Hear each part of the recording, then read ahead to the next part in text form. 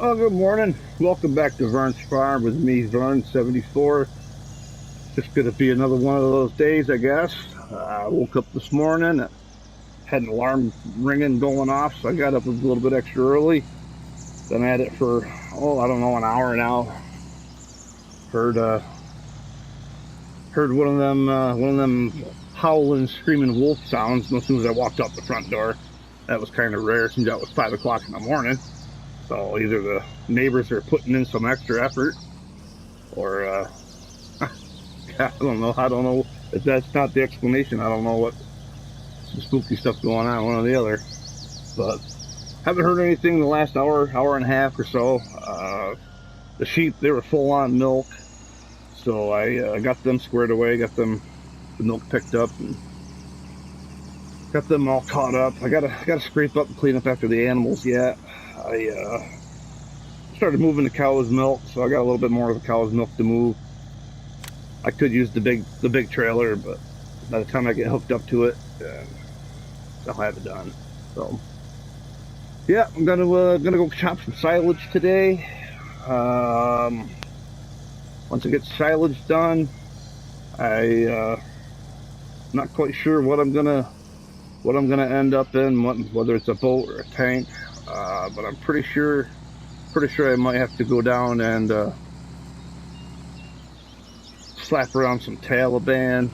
We had an issue with our senile president. Decided to pull all the troops out of a country called Afghanistan, and it's kind of long overdue. I mean, it's a long story when it comes to that, but I don't mind seeing the troops coming home, but it has to be in a certain way where it's not going to leave a giant black eye on this great country, the United States. And it's got to be in a way where people can, still have faith that we're going to have our word and whatnot. We've got probably 50 to 60,000 people over there. Uh, some of them are just regular Americans who are there, whether they're working on contracts or uh, humanitarian things or journalists or God knows why they're there. I mean, I wouldn't think I would want to be there being it's prone for war, but there's Americans there anyway, and that's probably 15 20,000 Americans, actual red-blooded, full-blooded Americans, and the rest of the people that are there that I got to get out, they're basically people who have been helping us out for 20 some odd years, fighting the war over there, helping our military and whatnot. And if they get left behind, they're probably just going to get executed by the next regime that takes over. So that area might need a little backup. So I don't know if I'm going to go down and get into the Persian Gulf with a boat, or possibly hop in a tank and see if I can't lob some shells and maybe push back some of them. Some of those Taliban guys. Apparently, not all of them are bad. Apparently, it's kind of like a mixed salad. You never, like a box of chocolates. You never know where you're gonna get. So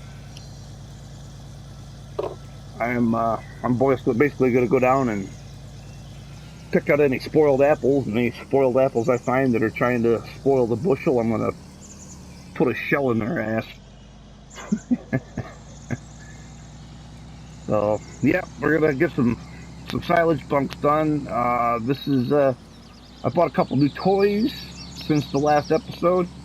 I picked up an oldie, but it was completely rebuilt, totally restored. It's quite a little beast. I used it for pushing up the silage pile already, and it's a little slow, but man, it's a fun little toy, and it works pretty good, and it's just great to look at. And they really did a good job restoring it anyway. It's basically it's a front loader. I was toying with the idea of getting a front loader, that case front loader. I was going to get one, but I mean that thing was basically $300,000 by the time you got done decking it out and making it all fancy and painting it right and getting the right buckets for it. But I ended up finding one at the store for I think it was 10 grand, I think it was. and it was in pretty rough shape. So I gave them, we worked out a deal there at the shop. They basically went right through it and they gutted it, put some bigger tires on it, put a new paint job on it, ripped out the motor. They rebuilt the motor completely, cammed it, ported, polished the valves. It's a decent little beast now, man. So that's my front loader now. It's a $15,000 investment. I think I'll take it. Plus, it's kind of fun to drive. And we bought a Rostomesh forage harvester for chopping some silage, just like the one we had back on Grandpa's farm. And there's nothing special about that, but we've got a nice new wagon that comes with it. And I'll show you that here in a second.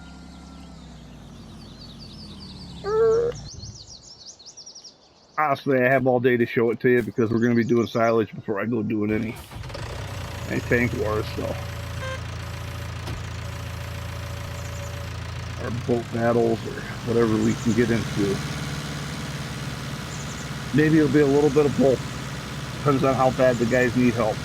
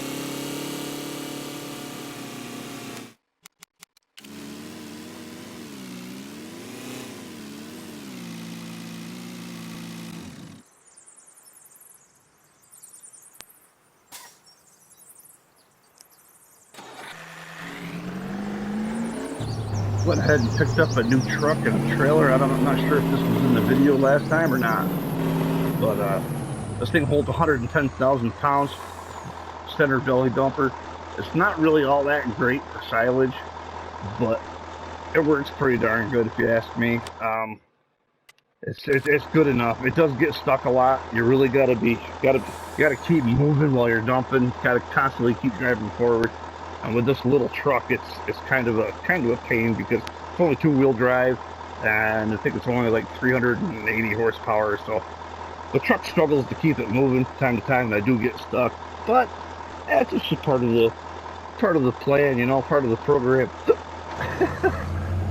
So I got the hiccups here for some reason real quick. But anyway, gotta get some decent fuel. This thing too should get low. But this is a good sounding little truck. It's got a Jake brake in it.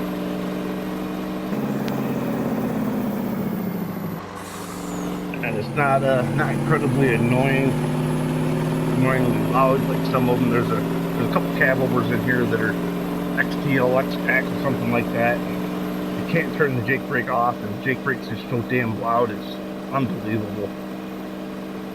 So we're gonna go chop some silage and get it done, man, and hopefully we can go see what we can do about liberating some citizens from the grasp of the Taliban.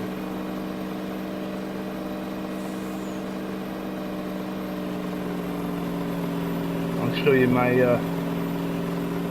my new purchases here real quick before I go radio silent. And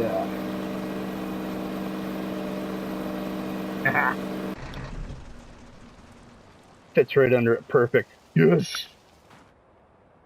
Yeah, this is the new wagon. This is that's the new harvester right here. Obviously, picked up the Spartan 610 for the header. That thing's gonna help. I didn't realize this thing was 600 horsepower, and so I was like, sweet. So I had to do a little retrofitting with a hitch, and this hitch here, this is from the Missouri.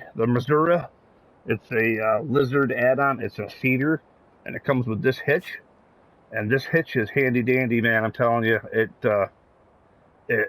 hooks up to almost everything. It's like a universal hitch, and nobody really knows about it. So let's keep it a secret just between my viewers and and me, because I'm on the Facebook and nobody ever talks anything about the Missouri hitch and how it hooks up to all sorts of different types of trailers.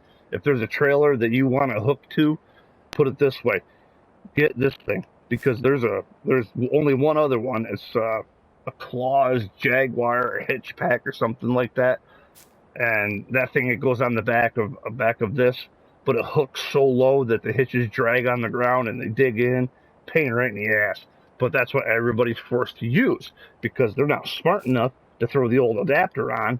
With the Missouri adapter, I mean, yeah, you got one extra adapter because of this thing here. This is that universal PTO 3-point adapter that I've got.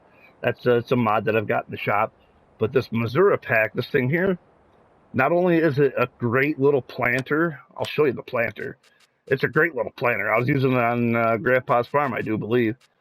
I'm pretty sure I've got episodes of it with it.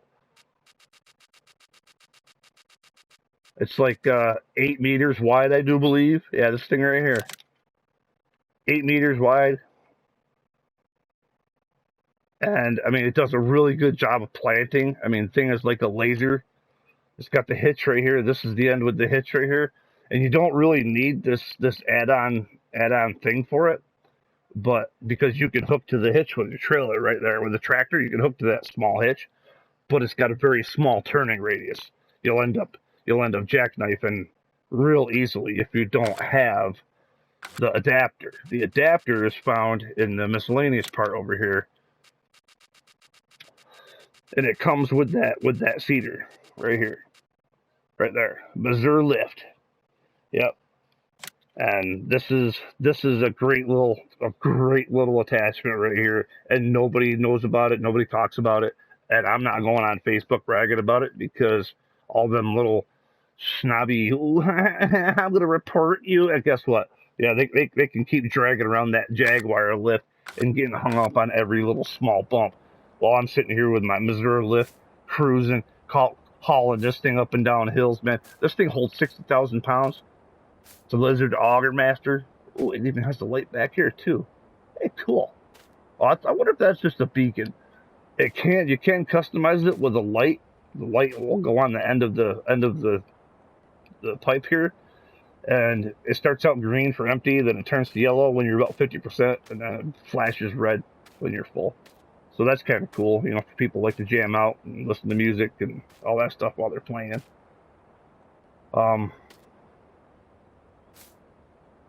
Is that adjustable? We'll have to take a look at that. It looks like it's adjustable. Okay. Which one is selected? That one. Okay, can we move it?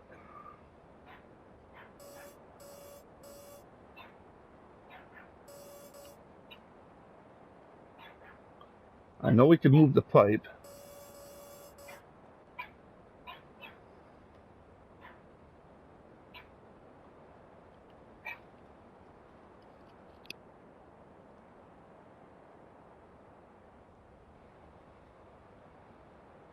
Huh.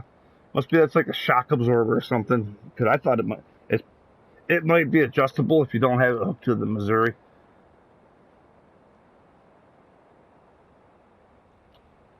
But I'm not that concerned about it. I gotta get some harvesting done.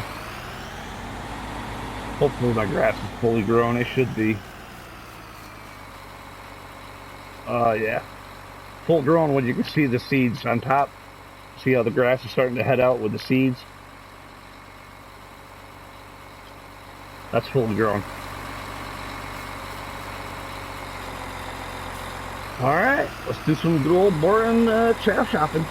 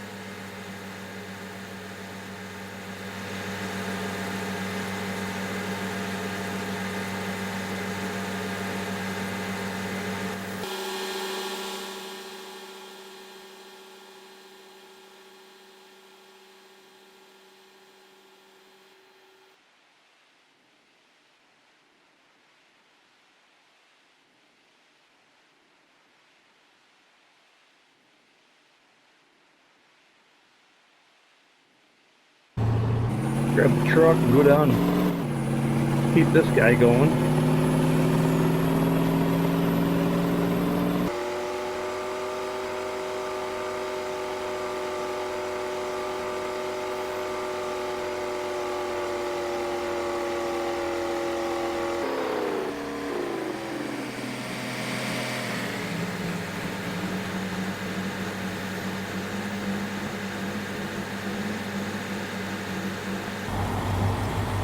I'm gonna have to shut off the computer guy here and empty him out and go around the outside edge of this thing and get it cut in so I can let the computer guy loose. So see what happens here.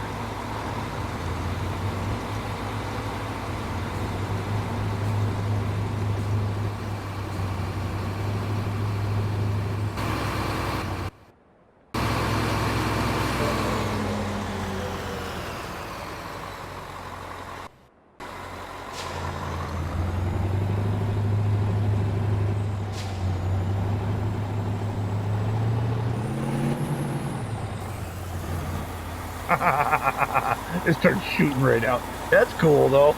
At least I don't need to finesse with it and get it. I like it.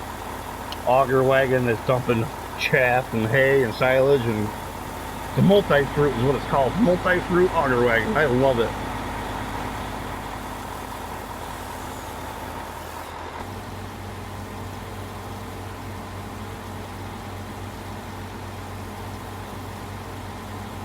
Oh, another thing I wanted to show you. I'm not sure if I showed you yet or not.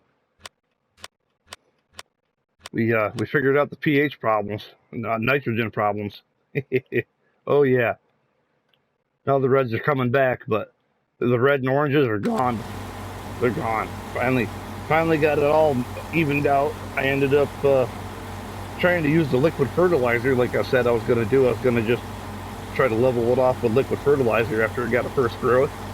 And the first growth popped out, and I drove all the way out here with the liquid fertilizer, and I tried and tried and tried and tried, and it just would not let me use any liquid fertilizer, even though all the fertilizer I used to plant it was cow manure and basically dry fertilizer. So that kind of bummed me out, and I just couldn't figure out why it wouldn't let me use the liquid fertilizer. So I said, the heck with it. I said, I'm going to run back. I'm going to grab that slurry spreader and see if it lets me throw down some slurry. So I came through and hit it with some slurry, and it basically let me hit every darn field that I had with slurry. And some of them got a little bit more nitrogen than I needed, but it's way better than it was before, because now I can just basically skip the next couple fertilizations and let it come down all come down as a group, you know, and I won't have a field looking like it was painted by Picasso. far as nitrogen levels. So hopefully after this next harvest, when I strip off that all the plants and all the nitrogen that they hogged up, hopefully it's going to leave behind a decent looking field, not patchwork.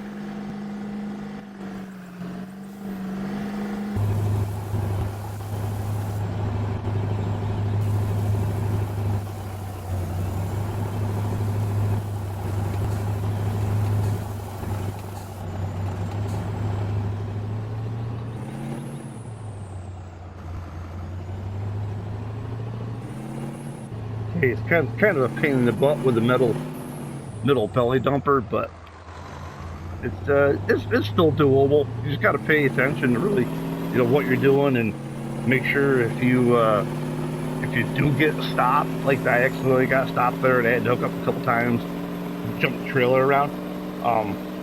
Once you get moving again, you got to fill up the very next void that you create. Otherwise, the rear axle is going to fall right back into a void, and you're going to get hung up all over again.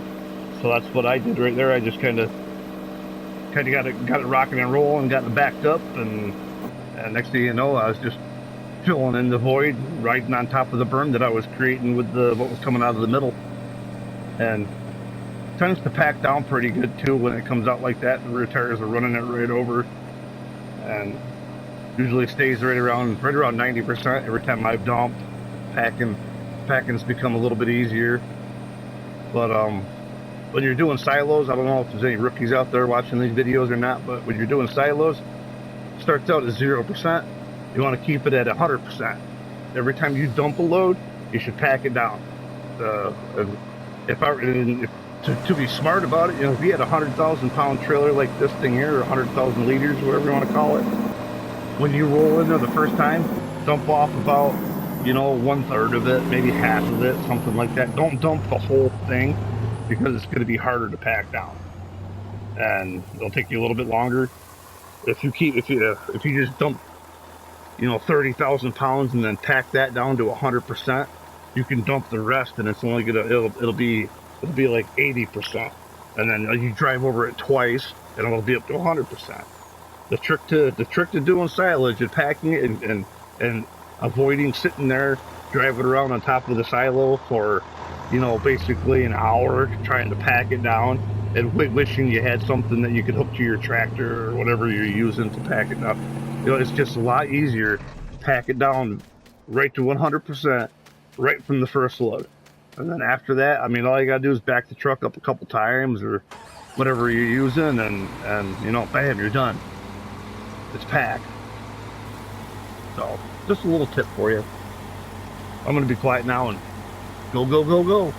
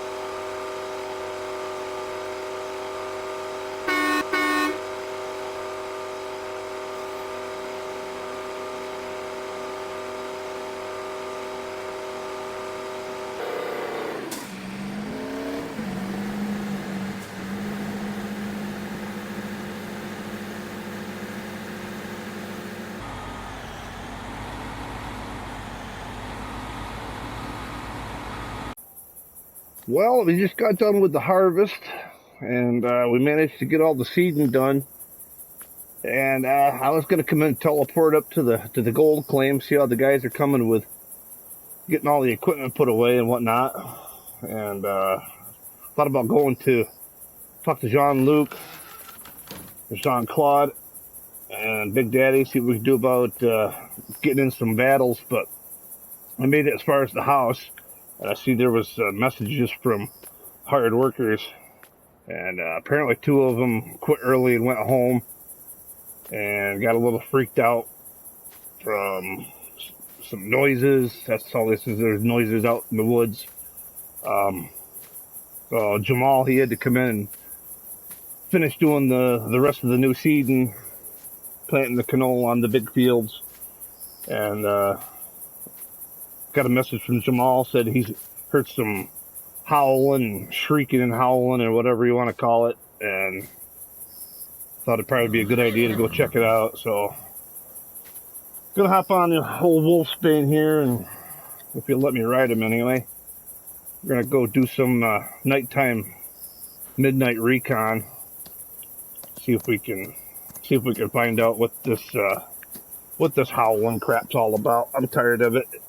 It was funny the first couple days, but now it's just turning into basically harassment. So we're gonna go see what we can do about catching this guy, and see if we can't get him to stop.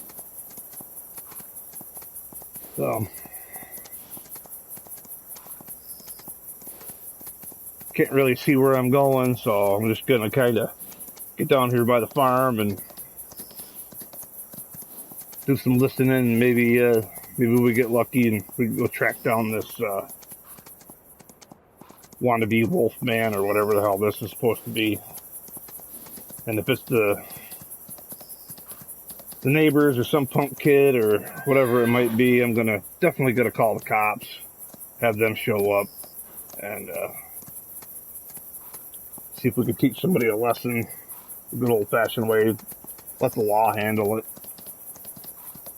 So let's just take a cruise out here and see what we can find. I'm gonna start over there by that gold mine, just because I got a sneaky suspicion that somebody knows about that wormhole. Might have access to the gold mine, trying to scare us off this land so they can be the owner. That way they get the teleportation rights of the wormhole over there. Because only the person that's got the name on the deed that can use the wormhole. It's like some sort of a DNA code type of deal. I knew something was fishy when they told me to sign the paperwork. I had to sign my name in blood.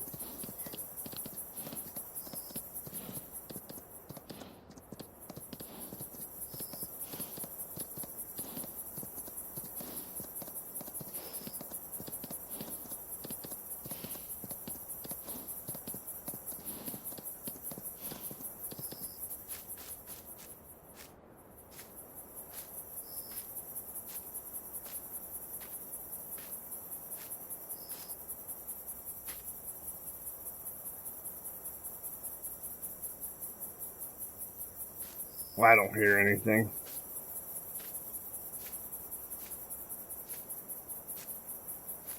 Definitely did a good job of camouflaging the wormhole, that's for sure, guys.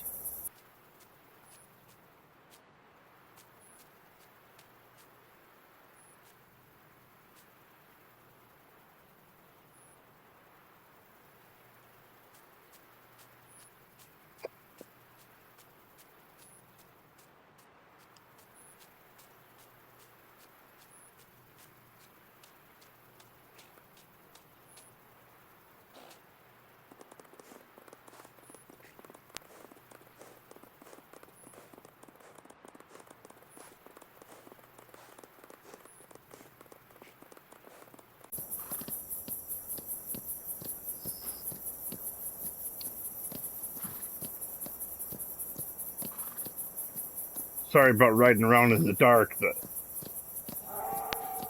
whoa.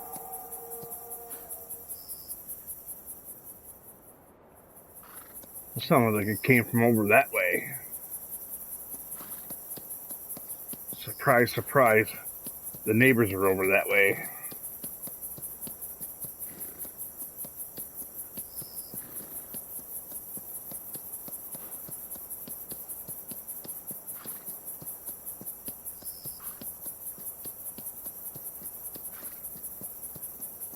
Well, let's head on down by the lake.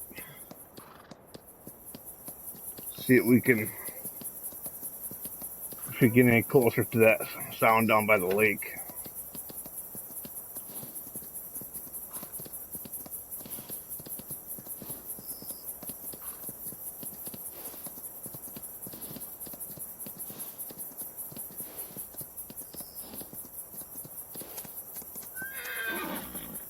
Oops. Sorry about that, old girl. Ran into something.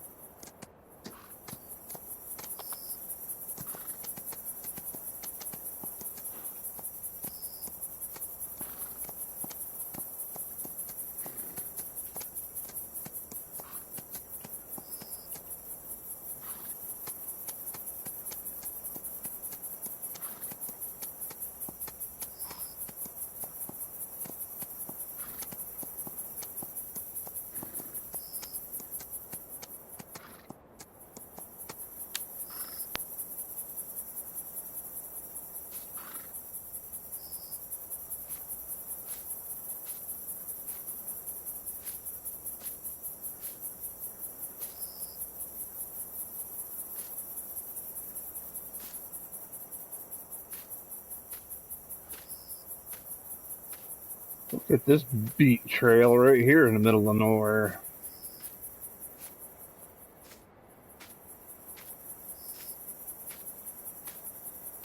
I don't know if this is a vehicle path or a game trail.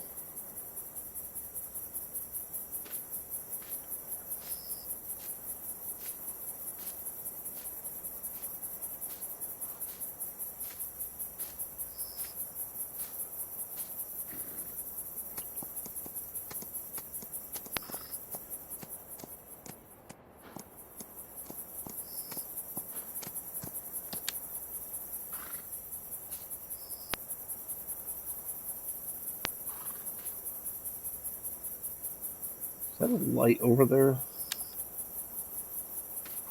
No, I guess it's just sunset. Moonrise, something making that area glow over there.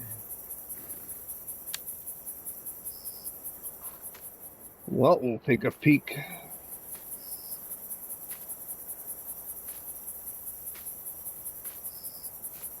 Keep following this little game trail here.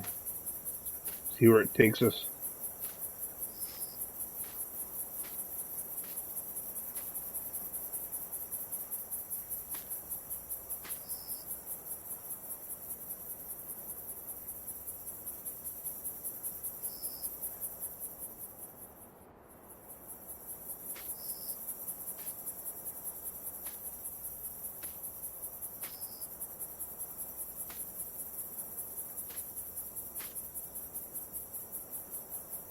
Because it just goes off into the woods. Well, that's definitely not a vehicle trail.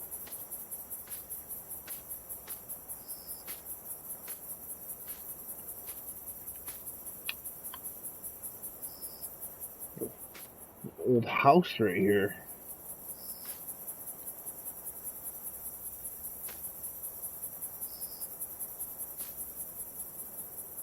This old ruins of a cabin or something like that. What in the hell is that? Is that a coffin?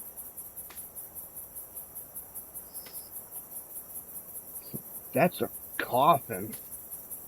Like a child-sized coffin. That's freaky right there.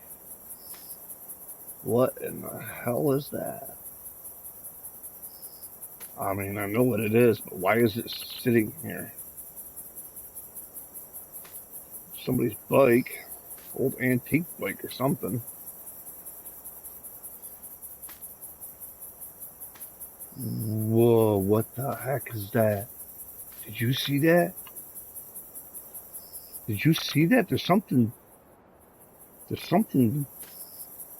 glowing inside this Let me turn my light off real quick. Let me take a peek around this corner. What is that? Those are eyeballs. What is that? Holy crap. Holy crap. What is that?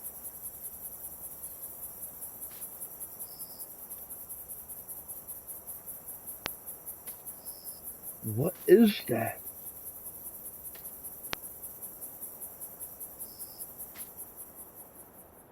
It's freaking me out. There's another one right there.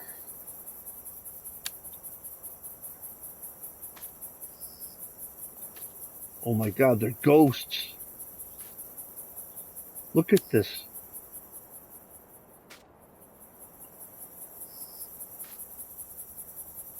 There's ghosts in this whole ruins. What in the world? Well, definitely don't look intimidating or anything like that. They just look like they're just unfortunate souls that haven't gotten released to go to heaven or something like that. What is going on? They're not. Whoa.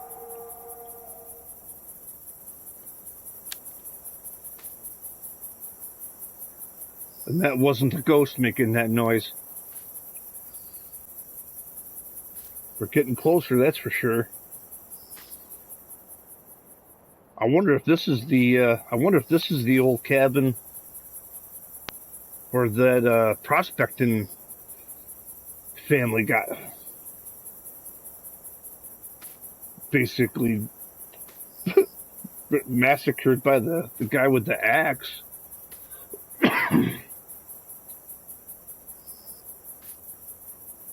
Hi, my little ghost friends. If you leave me alone, I'll leave you alone. Turn the light off? Okay, I'll turn the light off. What's making that noise, guys? Are you guys here to protect me, or are you guys here to possess me and make me do weird things to make my head spin around? Oh. Well, what was that? I heard it again. That definitely was... Whoa, what was that? Did you see that? There's something with red eyeballs staring right at me. We need to get out of here, like, as soon as possible. Oh my god. Yes, run, run. Run. What was that? Holy crap. I see. Oh no, it's still there. I'm out of here. See ya. Evil red eyes. Evil red eyes. Where's my horse? Come on, horse. Come on, Wolfsbane. Yeah, mule. Yeah, mule. Yeah. Yeah. Getting the hell out of here. Turn the map on. Woo-hoo-hoo-hoo-hoo. Is it chasing me? No. Oh, man. What in Sam's hell was that? Not cool.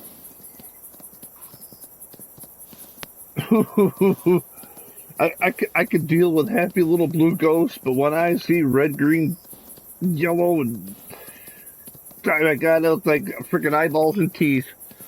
Yep. Yep. Go, go, go, go, go, go, go. Come on, horse. Run. Faster. Back up to the statues. Let's go. Come on. Yeah, mule. Yeah. Yeah. Holy moly. Need to get back up to the house. Get behind them statues. Oh, yes. I definitely believe that they are a protector now.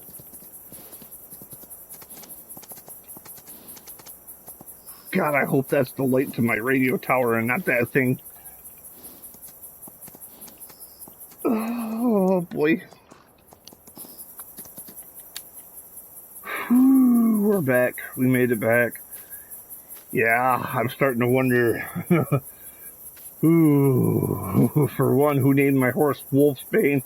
And if they did, do they know about what's going on this farm? Because that's not funny. That's not funny.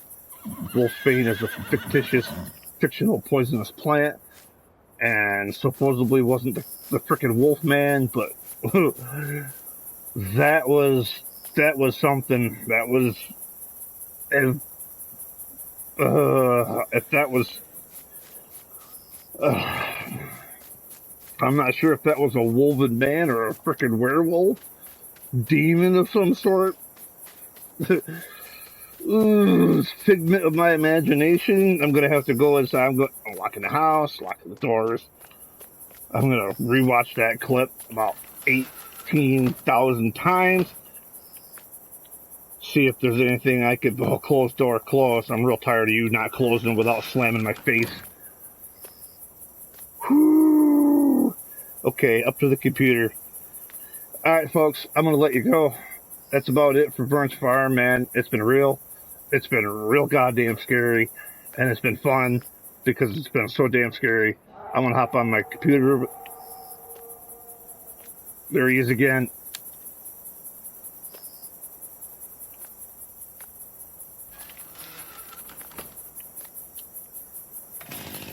You follow me? Goosebumps the size of matzo balls right now.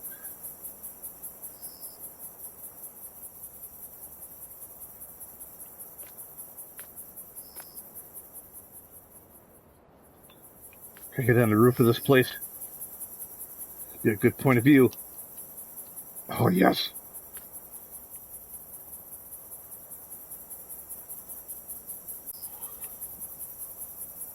Well, I don't see anything.